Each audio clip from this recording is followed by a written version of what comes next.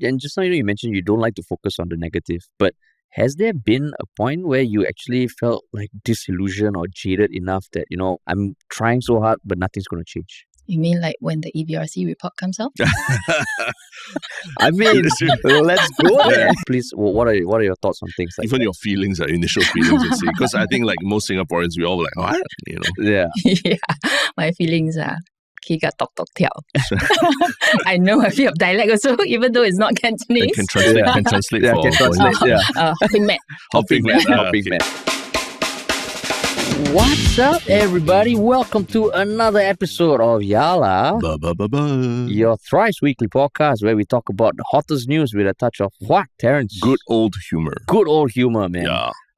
Today's a special day. Yes. I see you're dressed up very aptly for today. Unintentional coincidence, but I guess it's perfect. Yeah. Because we have someone in our studio that we've been watching for quite a while, and we've been wanting to get in our studio for quite a while. And it's none other than NCMP, Miss Hazel Poa. Welcome to Yala But, Hazel. Yeah, Thank you for having me. Yeah, thanks for coming on, because I know your schedule must be super busy these days. Yes, that's right. After the EBRC report has been released, it has really been non-stop working. Non-stop, Yeah. It must have been non-stop working already in the lead-up because the Committee of Supply debates. Yes, actually, coming at the back of the budget supply and COS. Yeah. But does it ever stop? Well, normally it's just 2 to 3 days in Parliament. We can take a break. Can take a break. I see. But I think a lot of people, they see you give speeches as an NCMP in Parliament and all, but they might not necessarily know, what you do outside of Parliament. In terms of, I understand you are in the education industry as well. You are running your own business, if I'm not wrong. Yeah. And so you are also a business owner who also is an NCMP. But which one is the side one, or which one is the main one? Side hustle? Because I can't imagine being in Parliament being a side hustle. Yeah, actually, ever since taking on NCMP responsibilities, and then somehow recently I became SG. That's added responsibility. So I've been really seriously cutting down on the time that I spend on my business.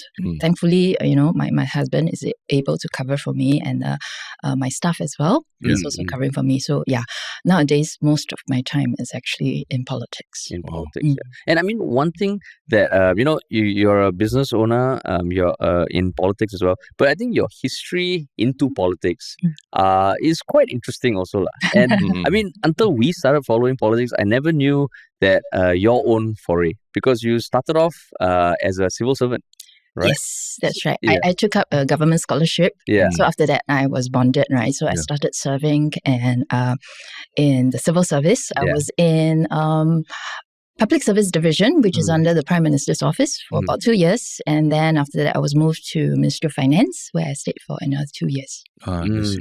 And at the point when you were in the civil service, were there aspirations to go into politics already? No, I have never thought that politics is where I would end up, actually.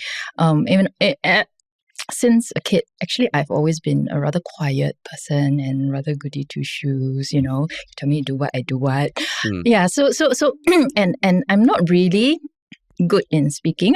I'm good in mathematics, okay, and the sciences. I know how to solve problems. But you ask me to give speeches, that's really quite tough for me. And when I was a student, essay writing is one of my toughest assignments. Really? Yeah, so it's really ironic that I'm ending up here. Yeah, because I can't tell when I listen to your speeches. At some point, especially when you switch to Mandarin, I thought suddenly I switched to a news broadcast because your pronunciation and everything is almost like a newscaster. Is that perfect? I actually started off being Chinese educated. My family is actually Chinese speaking. So as I grew up, I only speak Mandarin. So it was only, so in primary school, English is like just something that I use in the classroom. Once I leave the classroom, everything is in Mandarin. And only when I enter secondary school, then, start to have to use English a bit more. That's when I start to pick up. But when I, with my friends and my family, I still use Mandarin all the time. Except when I went to UK to study in university, then no choice, right? And there you have to use English. And when you were studying, because you did your degree at Cambridge, right? That's right. At that point in time, majoring in mathematics, what did you think you would end up in? Do you have any idea? Do you want to go into academia or? Well, I thought maybe teaching or something related to mathematics and statistics. Yeah. And your love for math began when? I think ever since primary school. Primary school, huh? Yeah, I've always liked it because it's so logical, it's so black and white, it's very comfortable. I see. So that's almost your main language, your preferred language. Yes, I would say so, yes. Yeah. I see. So then, okay, you graduated, you came back, you worked in the civil service, but when you joined politics in 2011, you immediately went into opposition, right? Yes, actually, I joined in 2009. Before the election. Yeah. Okay. Okay. Yes. And yes, immediately it was into an opposition party. So what? How did that happen? Because that's not a normal. Yeah, especially for a scholar, someone who is civil service and everything. Yeah. How did you decide? I must say that previously I was quite impressed with the PAP, especially the older generation ones. So when I started getting a bit disillusioned is when they linked the HDB upgrading to votes. I don't know whether you all were following politics at that time. Yeah, but that was back in the 1990s, I think.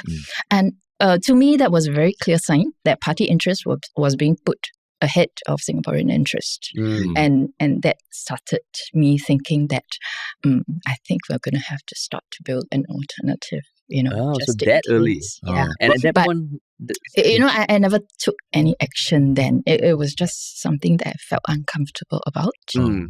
Were you personally affected by that No, policy of upgrading? not really. Okay. Yeah. So it was just from reading in the news, or was it talking to people that you felt this? No, I mean when they emitted, right? Okay. That is the case. I felt that it was really wrong. I see. And you were working in the civil service at that point in time already? Yes. So was it something? I mean, I can imagine most people, they see that, they're like, okay, lor, and then they just move on. Oh. But what have you always been that way? Like certain things that if you feel it is unjust, it's wrong, you need to do something about it. I kind of, yeah. Kind of. So you're that friend, is it? I see. But I mean, it must. I mean, aside from being a civil servant, I think you mentioned before that it was a tough decision to enter politics as well, because I believe you were raising a young family and at the point of time, and there were a lot of considerations you had to make, both you and your husband as well. Can you talk a little bit about that aspect of things that maybe we don't hear about, how you talk to your family about it and what were the considerations before entering politics? Well, entering opposition politics in Singapore is never an easy decision, right? Yeah. I mean, we see examples of what happens to others who went before us, and these are things that we really need to think through carefully whether or not we are able to take it. And so for me personally, actually, I guess I've never been a person who is afraid of taking risks. And, for example, I left the civil service and I spent for a year, I think, in a private sector, and then I started my own business. So that's also something that, and where there's a lot of risk involved.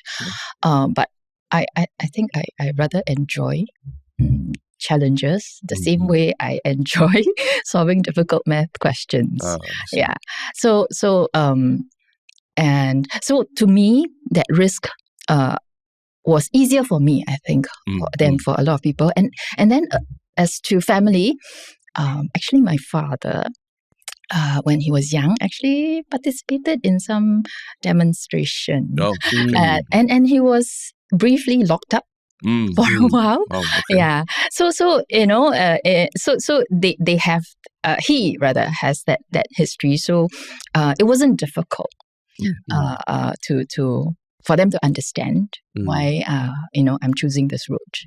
Was it something that your family kind of spoke about? Like, did your father share his views with you over time, or was politics ever? Not that much. Actually, my parents have always allowed me to make my own decisions since very, very young. Like in secondary school, I choose which secondary school I want to go to. I choose what subjects I want to study. And so all along, I have been very used to making my own decisions, deciding on my own path. And when I decided to enter politics, it was just, the same pattern. So they were not surprised by it or anything? No. Yeah. But probably also because my husband entered first. Yeah. Well, was there an additional layer of consideration because, you were a woman who was entering politics? Was there any, because I think you've spoken about, you looked at data that actually, female politicians can also have success in Singapore. And was that something that you were... Well, actually, no, not for me. The fact that I'm a woman didn't come into the picture at all. I see. So it's really out of conviction of what you were believed in. Well, okay. Let me be frank. When I first joined an opposition political party, I never intended to run as a candidate. I see. Yeah, I was just...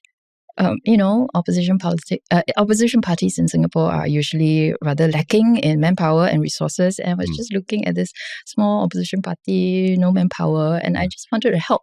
I see. Yeah.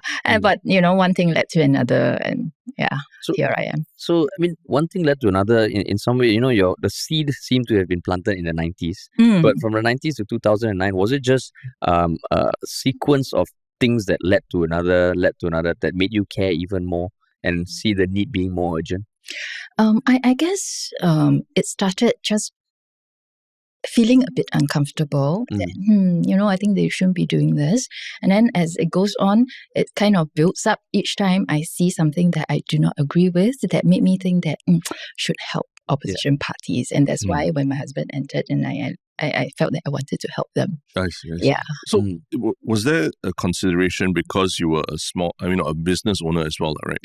That there are certain things that you learned in running your own business that you felt would be advantageous in your role in becoming an MP as well? Because being in the civil service, I think it's we can understand, you see a lot of politics in that, but when you come out and then you're running your own business, you probably also experience other things that make you feel like you want to make a change. I think it was a good thing that I started off in the civil service where I'm a policy crafter. Right? And then after that, I went on to the private sector and then I became at the receiving end of all these policies, which enabled me to look at things from a different perspective. So I saw both. I saw the public service point of view and I saw the business owner's point of view. And then I think gave me a more holistic view of things. I see.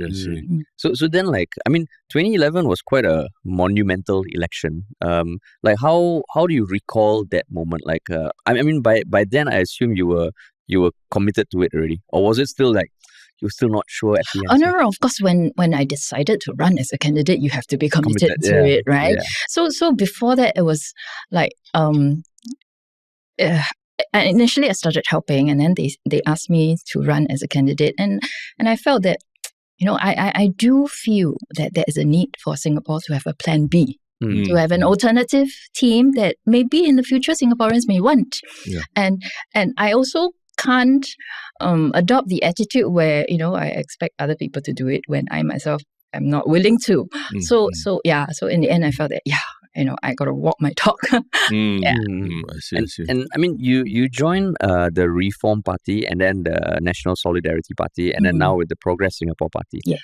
So, when there are some opposition party members who have stayed with one party throughout and some kind of like you, but did you have any concern that if you were changing parties so often, people might kind of question what do you actually stand for? So actually, when even when I enter PSP also, that was one of the things that is leveled at me. Why you're a party hopper?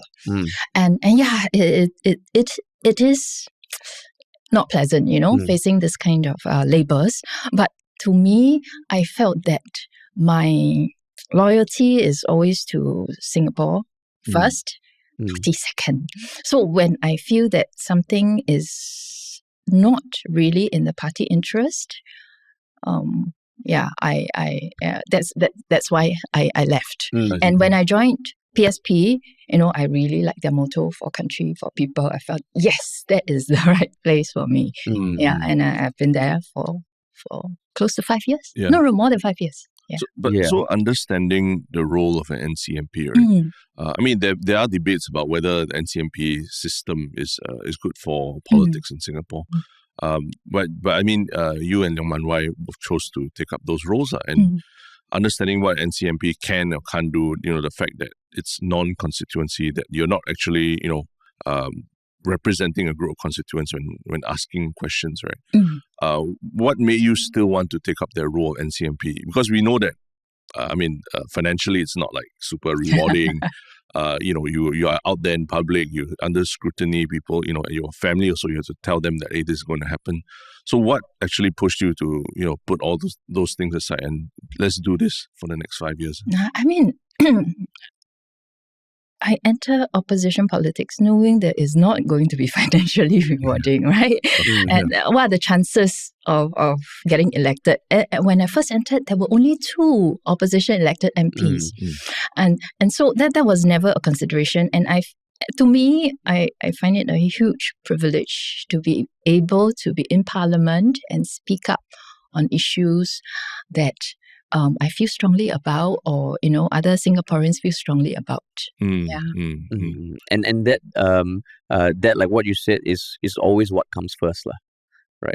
But there are certain times when you and Man Wai ask questions that could be labeled a certain way, like especially when it comes to foreign labor and the influx of immigrants and all that. How do you all think about asking those questions, and does it ever concern you, the risk of being so pointed with those sort of questions? When you talk about the risk of being so pointed, I mean, so for example, right, like right now, I mean, we know what's happening in the rest of the world, where you see Trump and even the rise of the far right in the Europe, where the motto is good, citizens first, Singapore first, America first, and we prioritize, and there's a strong nationalistic sentiment, but sometimes you see it go to extreme. Like you can understand the rationale for that motto, but not everyone, goes into the depths of, okay, what are you actually getting at? And it can fuel some unhealthy flames. Is that a concern for you all ever? I feel that when something exists, it needs to be spoken about. We shouldn't just hide it, sweep it under the carpet. It's just going to fester and eventually come out in a worse way. Right? So, yes, I take your point that it may encourage certain extreme behaviors, but if we take that argument, in a lot of times you can always use the slippery slope argument, and then everything is out of bounds.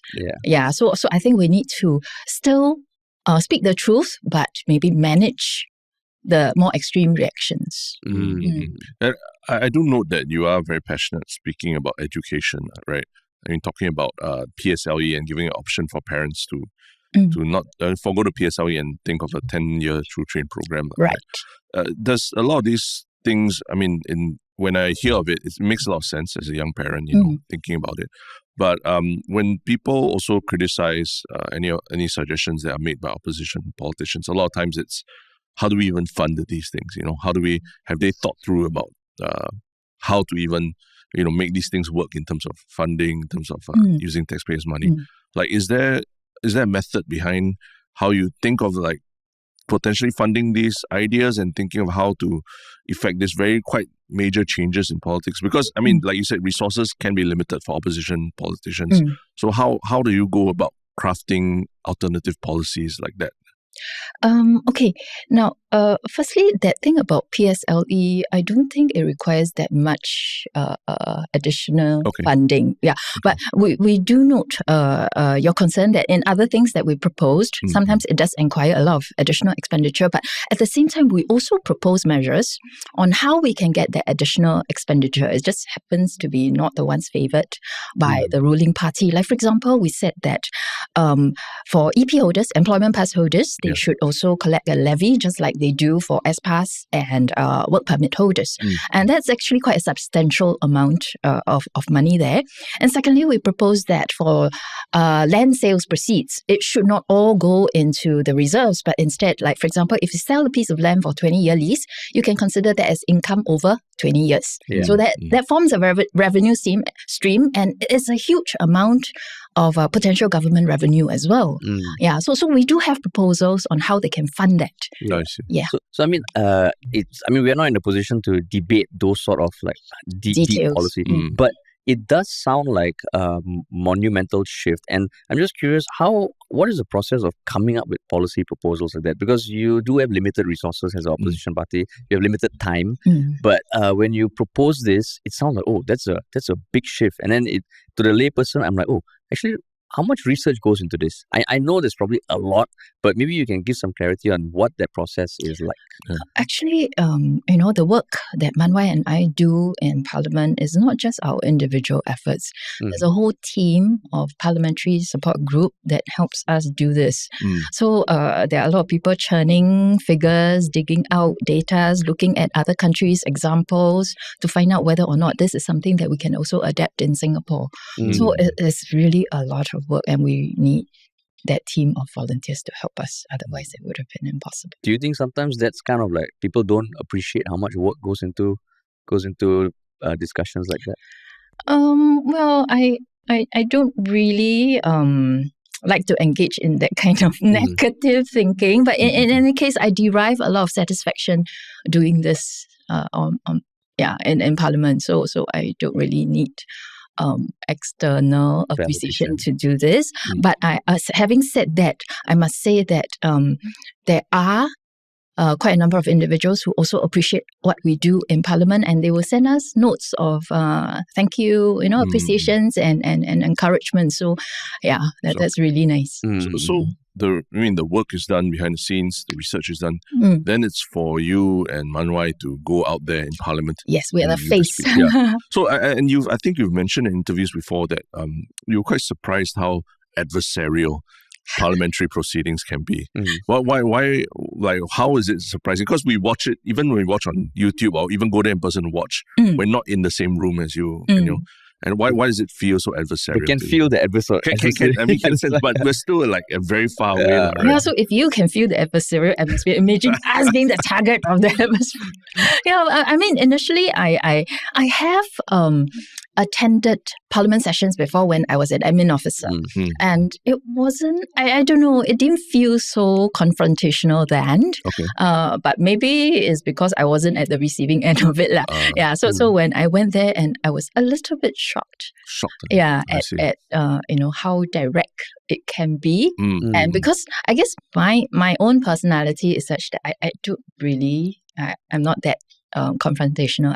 The way I speak, I tend to be a bit more tactful. So the people around me also, more or less. Sure. So it took a bit of adjustment. Okay. I mean, a recent thing like that happened in Parliament where I think Leong Man Rai was in the receiving end of certain remarks in Cantonese, and I think you made a statement about it. That was quite interesting. You talked about the need for respect in Parliament, right? But at the same time, when you look around the world around us, most governments or most countries, they're almost like embracing that whole strong men in politics, talk down to your opponent, I must be winning and all that. How do you think Singapore, we can, go against the tide and be more respectful, be more compassionate to each other, or will we be going that same direction as well? I feel that different leadership style is suitable for different times, right? During war times, during turmoils, you need a certain kind of leader. But during peacetime, you actually need a different type. So the different choices of leadership, I think, is a reflection of the different circumstances that the people are in. But this need for basic respect, for not just in parliamentary exchange, but also in our everyday life, I feel that is very necessary because it's a show of consideration, of care for other people that will make the lives of everybody much better. So, but then why do you think it has come to where it's at now? Because you yourself said it never felt like it was as adversarial as it is now. And I mean, even like my interest in politics only like I would say maybe 5-6 years ago. But I also feel that now it's almost polar extremes, and you're seeing all around the world. Well, what do you think caused that? Is it the fact that Parliament is live streamed now, and there is more visibility, or just the times are challenging? There are a lot more things to consider that maybe last time we didn't need to consider. Perhaps it could be due to there's greater uncertainty now. And I think in the past, when we were still relatively undeveloped, we were able to just look at the examples of the countries around us or even further away, but how they developed their economy, and there were models that we could learn from. And so the road ahead is clearer. What are the choices that we ought to make? The pros and cons are much clearer.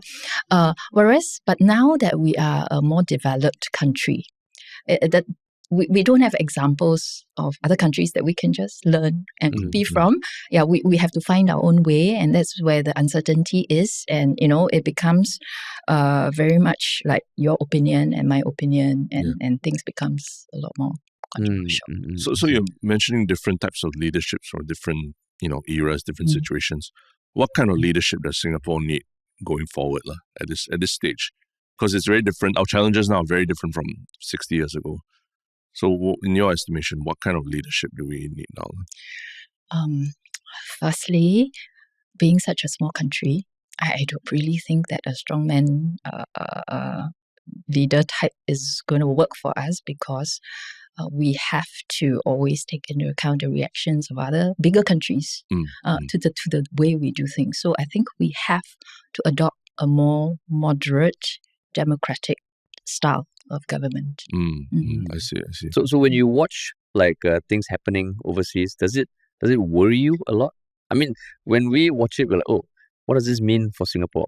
I mean, we don't know, but it is worrying just as a layperson. But when you see, the interaction between Trump and Zelensky, or the US, or things happening in Europe, how do you think we can compete? Because I mean, I would agree also that Singapore is a strongman. We don't have that much leverage. But then how do we compete with the strongman? Okay, I have always thought that adaptability is the most important thing to survive and thrive. And actually right now, there are still a lot of uncertainties, right? A lot of things are happening. We don't know exactly where it's going. And therefore, it's very important that we be adaptable, not get fixated on certain way of doing things that may have been successful in the past, but may not be quite as applicable going forward, and be willing to adopt a different approach depending on what is happening, and being nimble about it. So I mean, on that, like just going back to what you've spoken quite passionately about education, right? Singapore education system lauded in the world for producing math, science, spectacular results and all. But I think I've heard you advocating for a lot of things like, say, the PSLE idea that we're talking about, where you opt out of it. You've advocated for smaller class sizes. But in your estimation, is our education system, is it that bad? Given that we are showing results in international standards. I mean, we are showing results in tests, assessment, and that has always been the case, because we train our students to do well in tests and exams.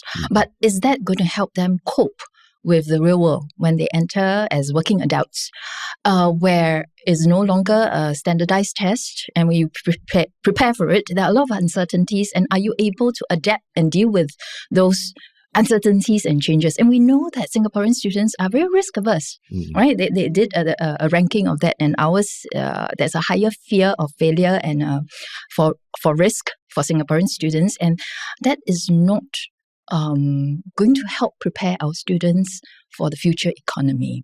And we also see that there's a lot of reluctance generally amongst Singaporeans about venturing overseas. Yeah, that's probably because there's a lot more uncertainty when you venture out, but that again will be a limiting factor. So are those, I mean, like, is that what worries you a lot about the future for young Singaporeans? I do feel that we're not really preparing our students well for the future that will be more uncertain. Okay. Also learning to deal with uncertainty. Yes, right. Exactly. I see. But all those things like AI and all that. Singapore, we are investing, a lot of money in developing AI capabilities. Our kids have iPads from a very young age and all. Like, isn't that a sign that we are doing a lot to try and prepare the students for that? Well, I tend to look at it the other way, actually. It's precisely because of AI that, memorizing facts, doing things the established way is not going to work anymore, because all these, the AI can do it a lot better than humans. So the kind of skills we need to develop in our students is very, very different. It will be social skills, it will be empathy, it will be creativity, critical thinking, things like that, which I don't feel that our current education system is putting emphasis on. And I mean, like on that note, empathy, creativity, social, like they all, I mean, it's clear why they are important. But growing up in Singapore, we were always told that, if you want to enter arts or media, how you survive, And I know one thing that the PSP is big on is progress with compassion, right? But is there room for compassion, given we are such a small state, given that we are always told that, we are a tiny red dot, we need to focus on efficiency and productivity. But then how to be compassionate? How to be creative? Okay, that is the narrative that has always been put out. But I think that it depends on the way you look at things. Like, for example, if you all just focused on efficiency and productivity and things like that, you will find that in the end it's just a rat race for everybody. Right? The bar just keeps shifting higher and higher and higher, and you will never be truly comfortable. And so you do have to take a step back and decide for yourself, really, what is it that will bring you more satisfaction? Is it continuous rat race and eventually pushing up the prices of everything, and you end up no better off, because then it's just a bell curve, right? If you're at the top, you're just at the top, and it's just everybody pushing up the level of effort that you have to put in. Yeah. So especially given our limited resources, like for example, land. Yeah. Right? As people earn more, what happens? Land becomes more and more expensive, houses become more and more expensive, and your additional salary doesn't help you. Doesn't go as far as it used to be when salaries were lower, but there's a smaller population, and therefore land was cheaper. Yeah. So the standard of life doesn't really get better if you just focus on efficiency and making more money. So I mean, I do want to ask you that case then. If your own children or anyone come to you and say, I want to be an artist, or do something that is creative and more risky and all that, like, what would your advice? I myself am choosing a route that is more risky. So you're walking the in talk. what position? No, you cannot do that. You make more money. Just look at me. Oh, that's true. I guess that's the best answer. Yeah. Look at me now. Yeah, look at me. And I mean, but the like what you're saying, there's a, I mean, sometimes when I look at Parliament, I look at news, I look at policy proposals, there are some that I fundamentally agree with. Like compassion, arts, creativity. But like, how would you feel that, let's say, if Singapore does go down that path, but it's an absolute failure? Is that what you feel is part and parcel of evolution of policy, evolution of a country, that sometimes you need to take a risk? Even if like everything points to this, the status quo being okay, it might not be comfortable, but it's okay. Why rock the boat? And sometimes when I listen to policy, I'm like, okay, that sounds good, but are we ready? Maybe it's my own lack of deep knowledge in that. But I wonder, as someone in Parliament proposing this, is there that concern that, okay, this sounds great, but there's still that risk that this might not work out, but taking a risk is part and parcel? I would say that whether you have rather narrow definition of what constitutes success or achievement. I take for example, in my case, right? I choose to enter opposition politics, and that by normal measures, it is not going to be financially rewarding. But for me, I gain other things in the process. I get to meet a lot of very selfless people.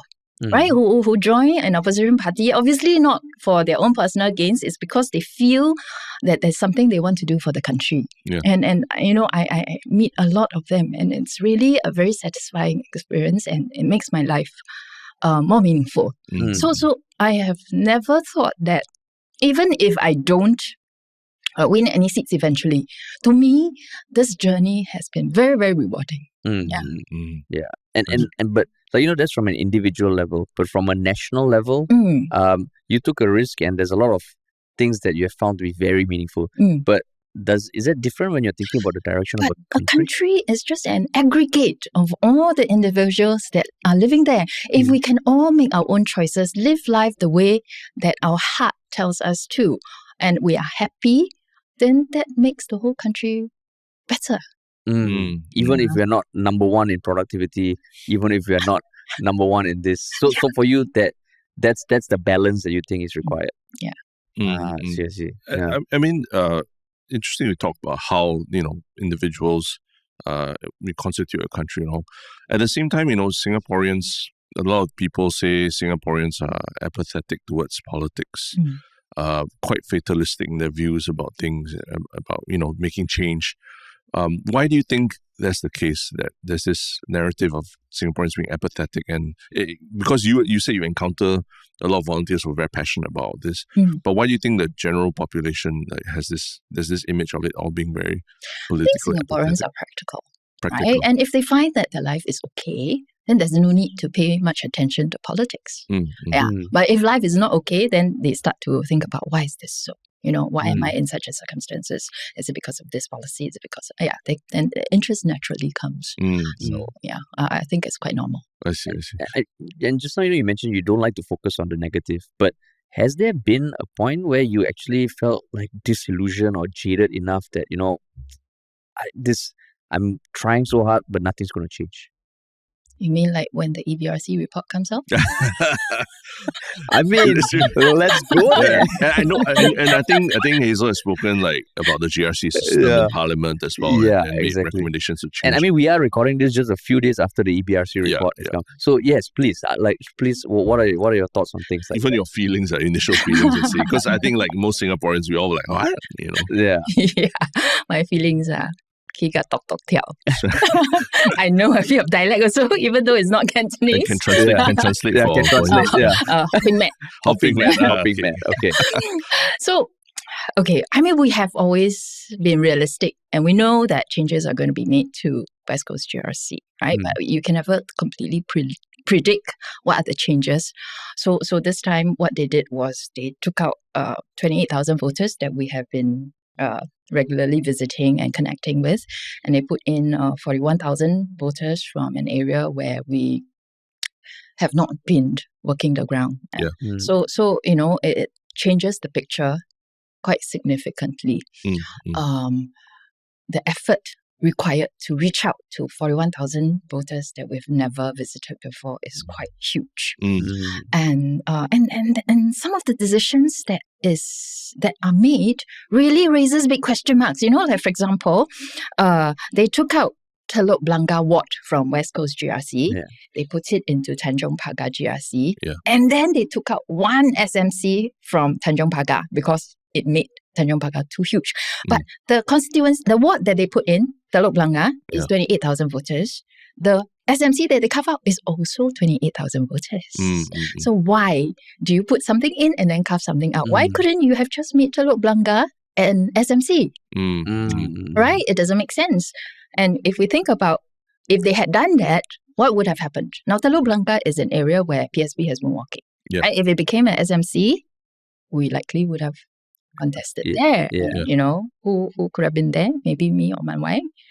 No, right? But these are no longer possibilities because they get absorbed into a GRC, and the SMC is something we haven't been. And these are residents that you have a relationship with. Yes, these are residents we have been visiting.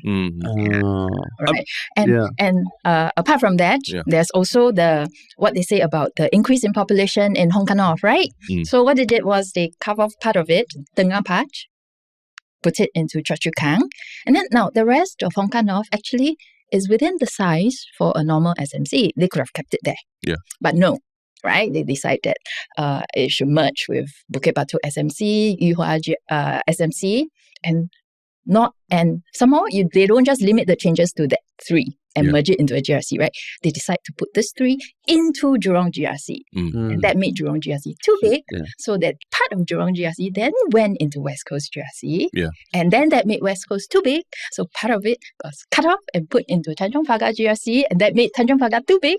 So one SMC was taken out. So you see the chain of changes just arising from the fact that Hong Kong North has a higher population. From Hong Kong North to the SMCs neighbouring it, to Jurong GRC, to West Coast GRC, to Tanjong Pagar GRC. Okay, so I mean, because I think as someone involved in politics, you immediately you look at it and you understand straight away the challenges involved. But for people who are just looking at a map, right, where lines are redrawn and all, to a layperson it could be like, I mean, and I think when we talked about this, I even brought this up, like, isn't, as an opposition party, knowing that boundaries will move and change, shouldn't you sort of be in an area working, and if it shifts a bit here and there, like, it's part of the course, it's part of the game, right? And it's not great in terms of fairness, but it's part of the game. It's something that you can sort of prepare for. What are the real challenges involved when you see a line shift so dramatically? Because of our lack of resources, right? At West Coast GRC already is quite a huge GRC. Just covering those areas inside already take a lot of effort. I think in GE 2020, it was 145,000 voters. There's 145,000 people we have to try and build a relationship with. And it's not easy by any chance. And then now, 28,000 of those were taken out and 41,000 came in. No, 41,000 out of 100. Now it became 158,000. It became even bigger, more voters for us to reach to.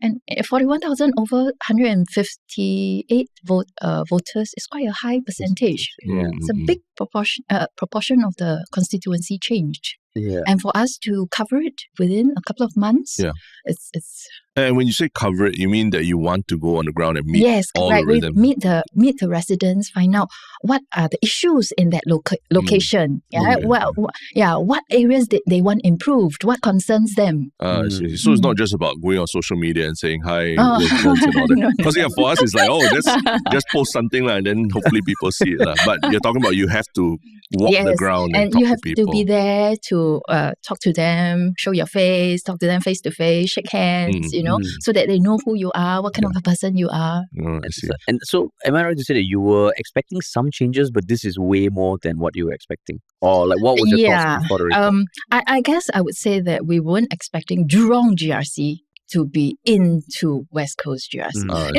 From as you said, right, we have to be ready for changes. So our strategy at the last election was we want to cover as much as possible geographically connected areas. So West Coast is actually next to Choa Chu Kang and Tanjong Pagar. They were all, so that if lines were redrawn, hopefully those are still areas we have covered before, right? But of course, we are also limited by our size, how big an area we can actually cover. We're still, like Workers' Party covers, of course, a much bigger area in the east, as compared to us. I see. So, I mean, at the same time, one little known fact that is true, which we verified, is that the EBRC report has more detail this year than in any prior years, right? Yes. But when you still read it, you're still feeling like, hey, I don't get why these changes are being made. Yeah, they give some reasons, but whether or not you feel that those reasons are justified, that's a different thing. I see. And the EBRC report cannot be challenged. Yeah. That's right. It cannot be challenged. They are independent committee. Committee. And I mean, like Terence mentioned, you have voiced out against the GRC system in the past.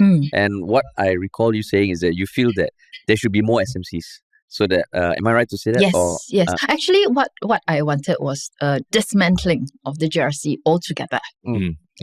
And all SMCs, so that everybody have to build that connection with the residents and understand their concerns more than they would have to if they're like riding on the coattails of somebody who's very popular. But then isn't it, because I mean, you ran as a GRC as well. Isn't there some economies of scale that come as a GRC, or like is there more impact you can have as a GRC compared to an SMC? Because I mean, theoretically that sounds great, and everyone is someone who is voted in on their own merit, but it feels like, can it be as efficient, as impactful? Well, like right now, some of the SMCs in the running of the town council and so on, they're actually attached to a GRC.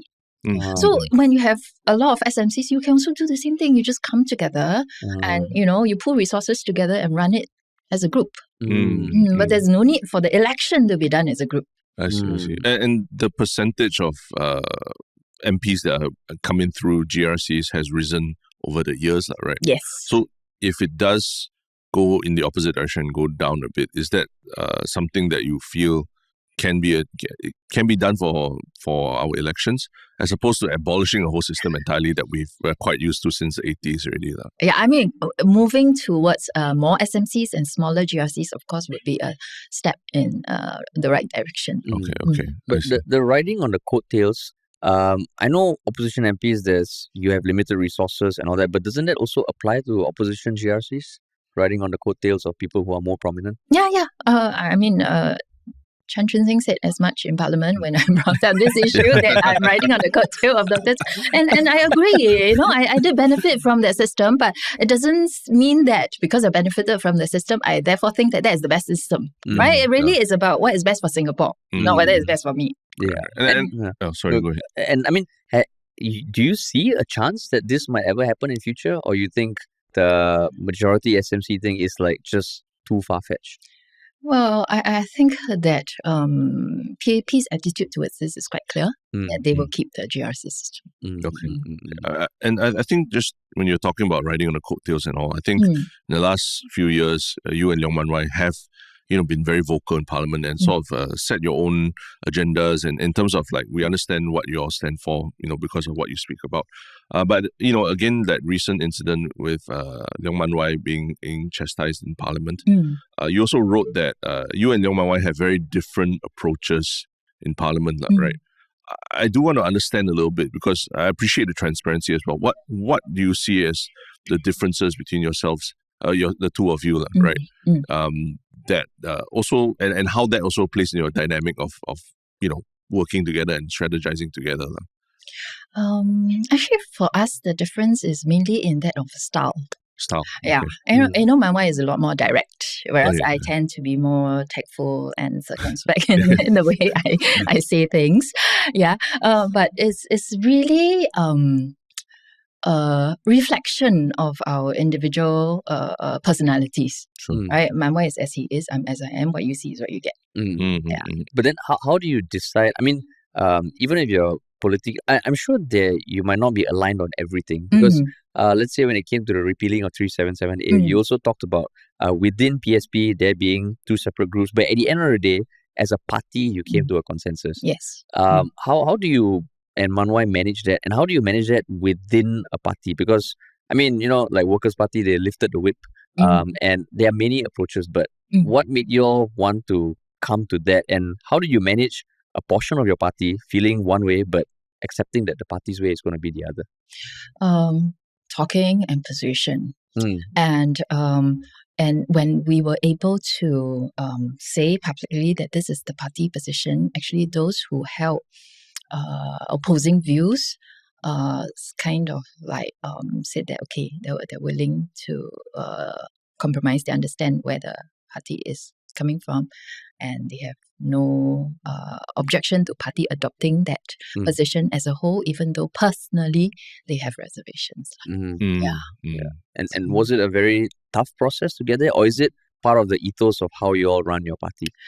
Actually, I would say that all policies are hotly debated, because in any group of 10 there will be like 8 or 9 different opinions about certain policies. So there's always has been something that is very, very challenging.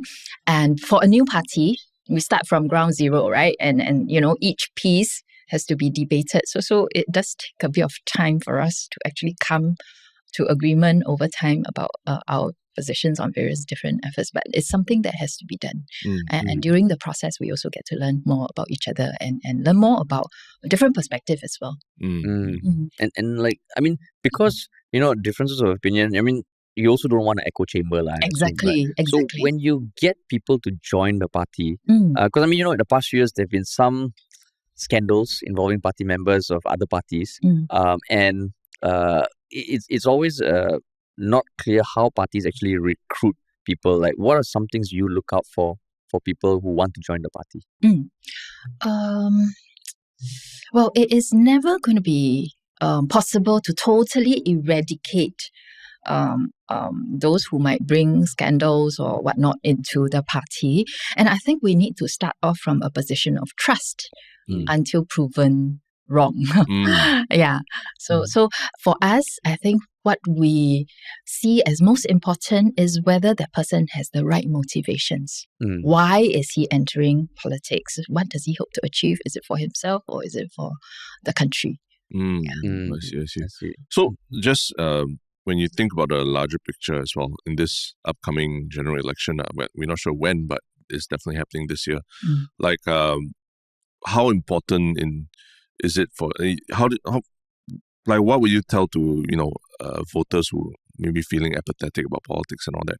What would you tell them about the importance of this election? Like, why is it important for them to get out there and have their voice heard? I think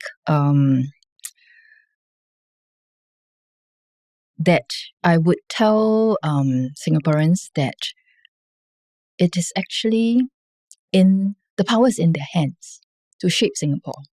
And it is done through their votes. If they feel that something is wrong or something can be done better, the way they can change things is to talk with their votes, because that is how you can get the ear of the government. They hear you most clearly when you express it through your votes. When they lose seats, they pay attention. So if you want to you want to shape the environment that you live in, you have to exercise your vote correctly. But in this increasingly mobile world where people can uproot and go to another country, is that a concern for you that now, there'll probably be some people in every country, I don't like it here, I'm going to go somewhere else. Do you accept that as part and parcel of a country, or is there something you would like to say to these people who think that there's no home in Singapore? Because if you go online on Reddit, you do see a certain level of bleakness, which can be a downward spiral. Well, I would say that I have no problems with people making choices for themselves. I think that should be the right way. And if we're upset about people leaving, then it is our responsibility to make sure that we create the kind of environment that they want to stay in. And it gives you more, I'm guessing, gives you more fuel to do your work. So, I mean, as an opposition party, like, what you mentioned just now about it feeling adversarial in Parliament, right? But, with the recent EBRC report, like, how do the opposition parties kind of, do you all ever discuss, like, something? And I mean, I know certain things maybe you can't disclose, that's totally fine. But just understanding the dynamics, because at the end of the day, I would like to think every political party is fighting for the best of Singapore. But sometimes you're like, it's almost they're fighting against each other as opposed to for the country. But like, how does that dynamic actually work amongst the I suppose you're talking about multi-cornered fights, right? So actually, sometimes certain things are said for negotiation purposes. But at the end of the day, when nomination day comes, you see that most of the time rational decisions are being made, right? Multi-cornered fights are actually rare. Okay. So, I just want to also just ask a little bit about what you said earlier, that when the ruling party loses seats, then they listen to the people, right?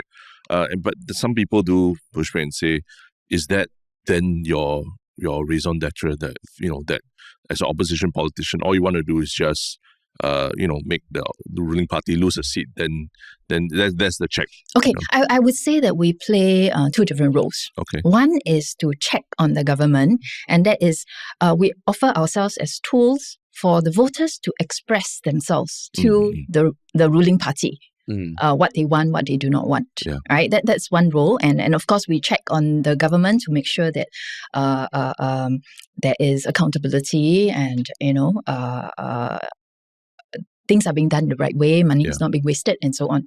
But then there's the second role, which is that we need to, at the same time, grow stronger, grow our resources and our expertise so that eventually one day we can be the team B. But that requires many years of hard work. It's not going to happen overnight.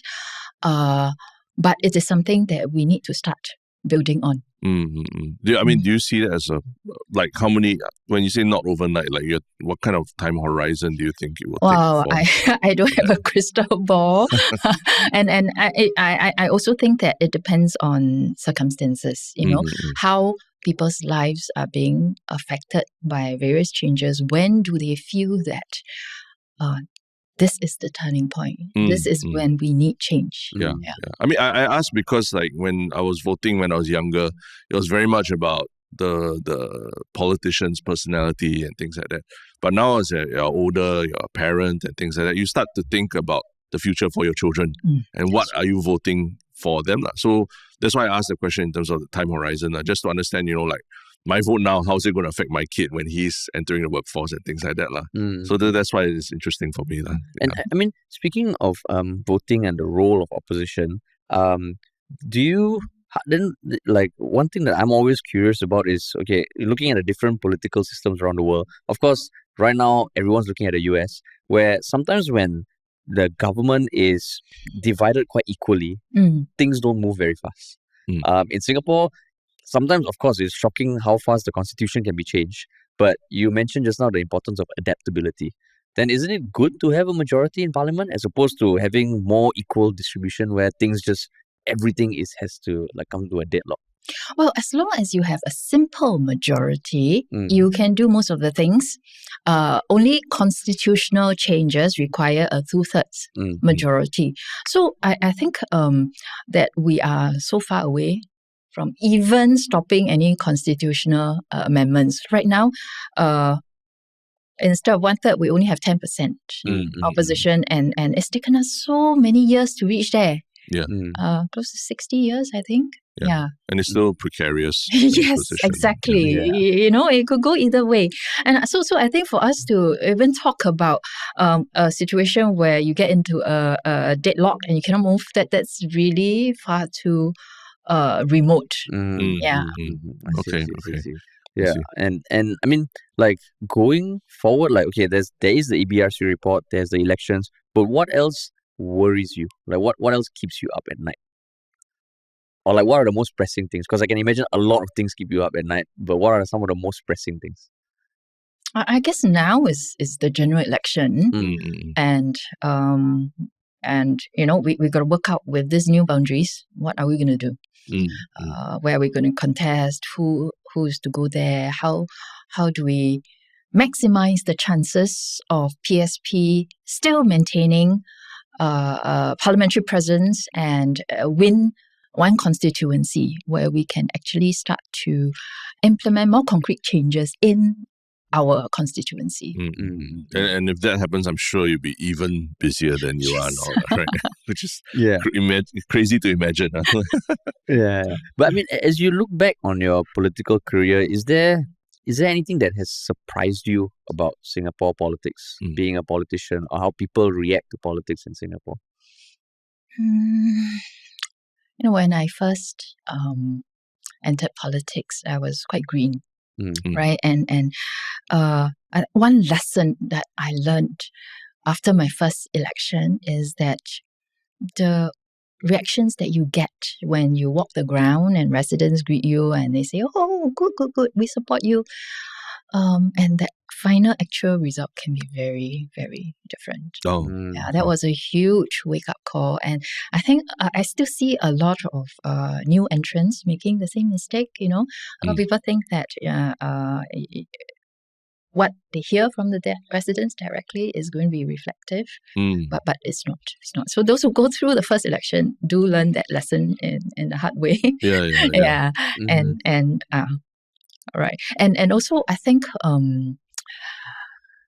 most Singaporeans tend to underestimate the difficulties and the challenges faced by opposition parties, especially in terms of cost. Politics is a very expensive thing. Like last GE 2020, PSP actually spent more than $800,000 for that one GE at an average of $33,000 per candidate. And fundraising has always been very challenging, and especially in the last 2 years, it has become even more difficult. I guess the rising cost of living is also affecting our fundraising efforts. So to the extent that actually it is limiting our preparations for this coming general election. So can I take this opportunity to appeal to your audience to donate to PSP so that we can be better prepared for the general election? And how can they donate? Who should they reach? Donation details are actually available on our website and our social media channels like Facebook, TikTok, and Instagram. I see. Yeah, and I mean, like to people, I mean, I know you mentioned just now that like people can shape the future of Singapore using their votes, right? Are you? I mean, I'm guessing you must be generally optimistic about Singapore, or like how would you rate your level of optimism for Singapore's future since you entered politics? Or is there more uncertainty now? Are you more worried than ever? I would say that Singapore, being so small, will always be subject to external factors over which we have no control. And rather than worrying about that, which you can't do anything about, I would be more concerned about how we build our capabilities to be, like I said before, flexible, adaptable, and nimble. And how to prepare our population for that. And one very important ingredient in that is that you need to have people used to making their own decisions, being in greater control of their own path. So that they get used to making decisions, and therefore they are able to evaluate better. They would have collected the information to make an informed decisions. So you're saying everyone kind of needs to in some ways step up to understand more the impact of what is being discussed. Yes. And all that. Yeah, being more aware of how all these things is affecting everybody's lives. I see. Okay. And if people wanted to find out more about the PSP, about you, I know the election is coming, so your manifesto is also going to be updated. Where would be the best place? Is the website the best place to go, or any kind of like speeches that you have given that you think encapsulate what you all stand for? Actually, on our website, it captures all our speeches in Parliament, as well as our parliamentary questions are also on our social media, Facebook, Instagram, and TikTok. There's a very good collection of what are the things that we have been advocating. Awesome. Okay, cool. So, I mean, like, thank you so much. We know that you are strapped for time. Resources and all are strapped. It's going to be a very busy few months. So we appreciate you coming here. We always end off our episodes with a segment called the One Shiok Thing, which we will still give you a few more minutes if you have any last minute things you want to squeeze in. But we can go first. So, Terence, you have your One Shiok Thing. Yes, it's actually a YouTube video about a series of films that were made I think the 80s. This YouTube video is titled "The Horror Film So Real That the FBI Had to Investigate It." So apparently in the 80s, due to the advent of cassette tapes, VHS tapes and all, the cost of producing movies also went down a lot.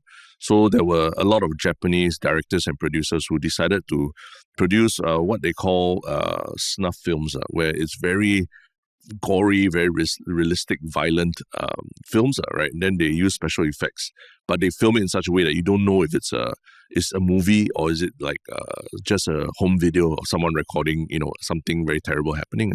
So these tapes started to make their way across the Atlantic to the US and all. And once it got in the hands of collectors and they started sharing it, by reproducing the tapes, the FBI actually started to investigate it, thinking that these were actual crimes being caught on camera. So this little documentary just covers that whole period when a lot of content was being produced from Japan that people in the West didn't know. Oh my God, is this real? And what are people in Japan doing to each other and all? So it's quite funny just thinking about how technology, or back then the technology, every time there's a very big technological leap, right?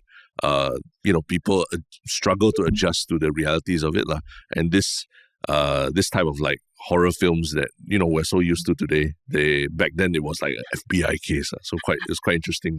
And how you chanced upon it just randomly? It just came out in my feed. Yeah, feed. What have you been watching? FBI, other podcast. FBI content.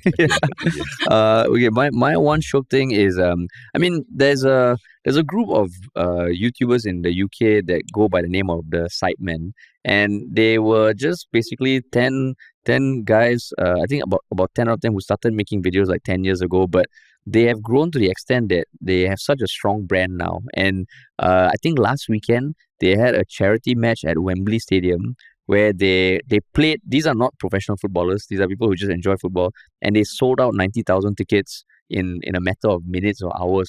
And I mean, for us as content creators, it's always great to see people appreciate our content, but looking at content creators like that where they can mobilize so many people is quite inspirational. And yeah, so that was like, Wembley Stadium is a dream of everyone who likes football to play at Wembley Stadium. They played and their fans watched them. And because we're doing more live shows also, it's like, oh shit, that's cool. So it's quite inspiring. And what about you, Hazel?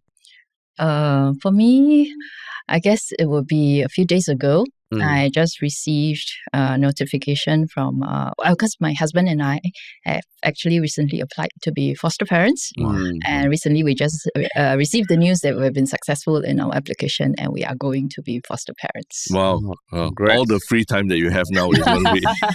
What free time? The squeeze time out. Exactly. Wow. That's amazing. And I mean, actually, if you can, given that you have such limited resources, is that just an extension of how you care about Singapore? Also it extends to young people around you? Or? Well, I mean, of course, I've always cared about young people. And that's one of the reasons why I'm in education. And also, I've always been the type of person who feels that, if something is the right thing to do, you just got to do it. And even if I find myself pressed for time, but I think, if I put my mind to it, I'm sure I can cope with it. Yeah. Wow. It just needs to be done. Yeah. Wow. You just made our one Shiok Things feel very superficial. Snuff films, mine is pro amateur footballers playing at Wembley. I do want to say congratulations. Yeah, I think it's a happy thing for any family. Yeah, it's going to be a new journey for us. Yeah. I'm sure there'll be a lot of adjustments in the next few weeks, and even though you're probably up to your neck with G stuff and all already. Yeah, I mean, congrats and thanks for doing that, because it's such a wonderful thing, and all the best for the next few months, because it's going to be exciting. And I mean, in future we would love to have you back anytime. So thanks for coming. Thank you for having me. So thank you. And to everyone listening, thank you for listening, and we'll talk to you all soon.